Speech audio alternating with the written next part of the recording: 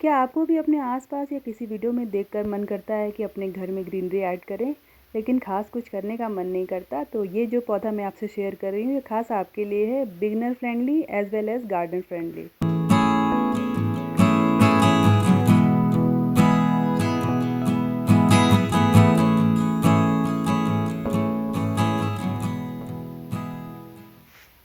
अपने आसपास ग्रीनरी किसे पसंद नहीं होती, पर कई बार क्या होता है कि करने का मन नहीं होता, या कई बार क्या होता है कि हमें पता ही नहीं होता कि क्या किया जाए। तो ये जो पौधा आप देख रहे हो, सबसे पहले मैं इसका नाम बता दूं।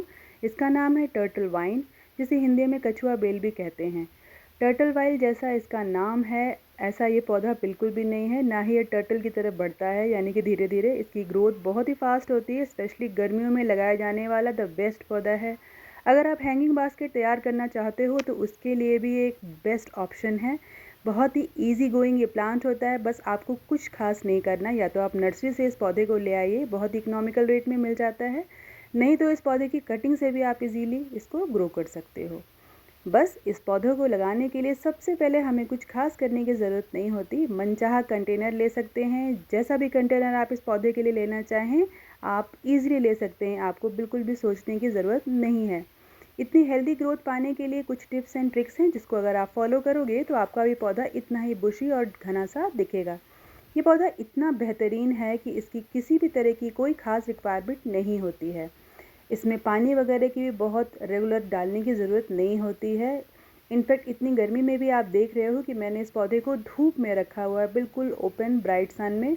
फिर भी आप इसकी ग्रोथ को आसानी से देख सकते हो। बहुत ही फास्ट ये ग्रो होता है।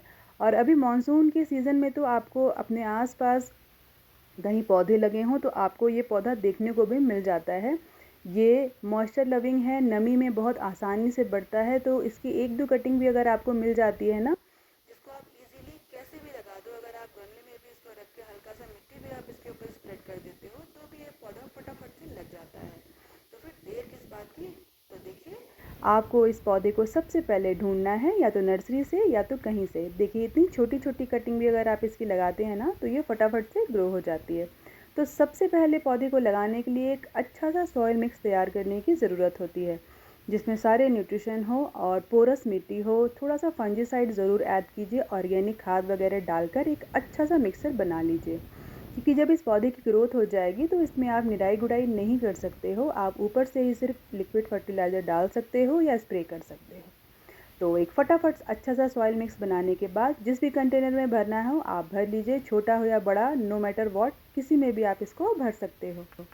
तो सॉइल मिक्स तैयार करने के बाद इसकी कटिंग को आप उसमें लगा दीजिए, और उसके बाद थोड़ी सी मिट्टी उसके ऊपर स्प्रेड कर दीजिए। आप चाहें तो खड़े फॉर्म में भी इस पौधे को मिट्टी में गाड़ सकते हैं, आप चाहें तो लिटाकर भी इस पौधे को लगा सकते हैं। यानी कि अगर आप इसकी छोटी सी कटिंग ले लेते हो तो आप उसको मिट्टी में लिटाकर भी लगाइए। ऊपर से बहुत ही पतली सी लेयर स्प्रेड कीजिए, बहुत ही पतली। इसमें एरियल रूट्स भी निकलती हैं, जिससे ये फटाफट पौधा घना हो जाता है। तो इस पौधे की बात ये है कि अगर आप इसको घना करना चाहते हो तो टाइम टू टाइम पिंचिंग कीजिए। अगर आप इस पौधे को, वैसे ये ट्रेलिंग वाइन है, यानी कि ये लटकने वाला पौधा है, इसीलिए इसे बास्केट में लगाना लोग बहुत ज़्यादा पसंद करते हैं। अगर आपको किसी कॉर्नर को क्रिएट करना है तो भी ये पौधा बहुत ही बेस्ट ऑप्शन है। अगर आप अपने गार्डन में किसी तरह की पतली हेज लगाना चाहते हो तो उसके लिए मैं इस पौधे को खास रेकमेंड नहीं करूँगी। लेकिन अगर किसी तरह का कॉर्नर या किसी तरह का सर्कल आप क्रिएट करना चाहते हो जो ग्रीन पैच हो, उसके लिए ये बेस्ट ऑप्शन है। जैसे कि आप देख रहे हो, ये पौधा बहुत ही आसानी से ग्रो होने वाला पौधा है। यहाँ पर मैंने कुछ कटिंग्स लगाई थी और ये देखिए कितनी अच्छी ग्रोथ हुई है और कितने छोटे से कंटेनर में ये लगा हुआ है। तो आप भी इस तरह से इस पौधे को तैयार कर सकते हो। छोटे से डब्बे में आप देख सकते हो, इसकी ग्रोथ इतनी प्यारी लगती है। इसकी जो वाइन्स होती है बहुत ज़्यादा सॉफ्ट है, तो बहुत केयरफुली इसे आप हैंडल करिए, क्योंकि इसकी वाइन्स बहुत ही जल्दी टूट जाती है। विंटर्स में ये डोरमेंसी में चला जाता है, यानी कि इसकी ग्रोथ काफ़ी स्लो हो जाती है। तो कभी कभी विंटर्स में आपको इसकी लीव्स ड्राई देखने को मिल सकती हैं, कभी कभी ब्राउन भी ये हो जाता है। तो आपको घबराना नहीं है। तो विंटर्स में इसकी ग्रोथ ये नॉर्मल होती है, तो आप इसकी कटिंग कर दें और वेट करें मानसून या समर आने का। उसके बाद ये वापस अपनी रीग्रोथ ले लेगा और वापस से आपके गार्डन की ब्यूटी को बढ़ाएगा। तो है ना ये खास पौधा। तो मुझे लगता है कि अगर आप महंगे महंगे पौधे लाकर अपने गार्डन को सजा सकते हैं, तो क्यों ना इन छोटे छोटे प्यारे से पौधों को भी लाकर अपने गार्डन में सजा सकते हैं।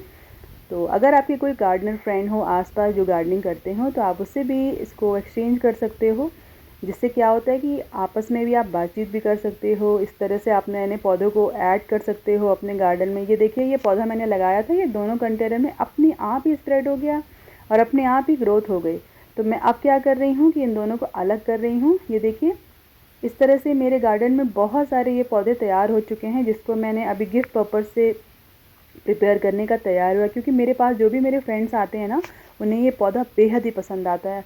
और हो भी क्यों ना, इतना लश ग्रीन ये पौधा होता जो है और बहुत ही प्यारा लगता है। किसी भी ड्राई एरिया को भी ना, इसमें इतनी कैपेसिटी होती है कि वो इतना ब्यूटीफाई कर देता है। और ग्रीन पैच तो सभी को बहुत पसंद होता है। इस पौधे में फर्टिलाइज़र वगैरह की अगर बात करें तो बहुत ज़्यादा फर्टिलाइज़र इसकी ज़रूरत नहीं होती है। अगर आप अच्छा सॉइल मिक्स एक बार बना देते हो तो इस पौधे के लिए सफिशिएंट होता है। अगर आप चाहो तो 1-2 महीने में इसमें फंजीसाइड ऐड कर सकते हो, खाद ऐड कर सकते हो। तो ये थी टर्टल वाइन से जुड़ी कुछ क्विक इन्फॉर्मेशन। होप आपको वीडियो पसंद आया होगा। So thanks for watching the video.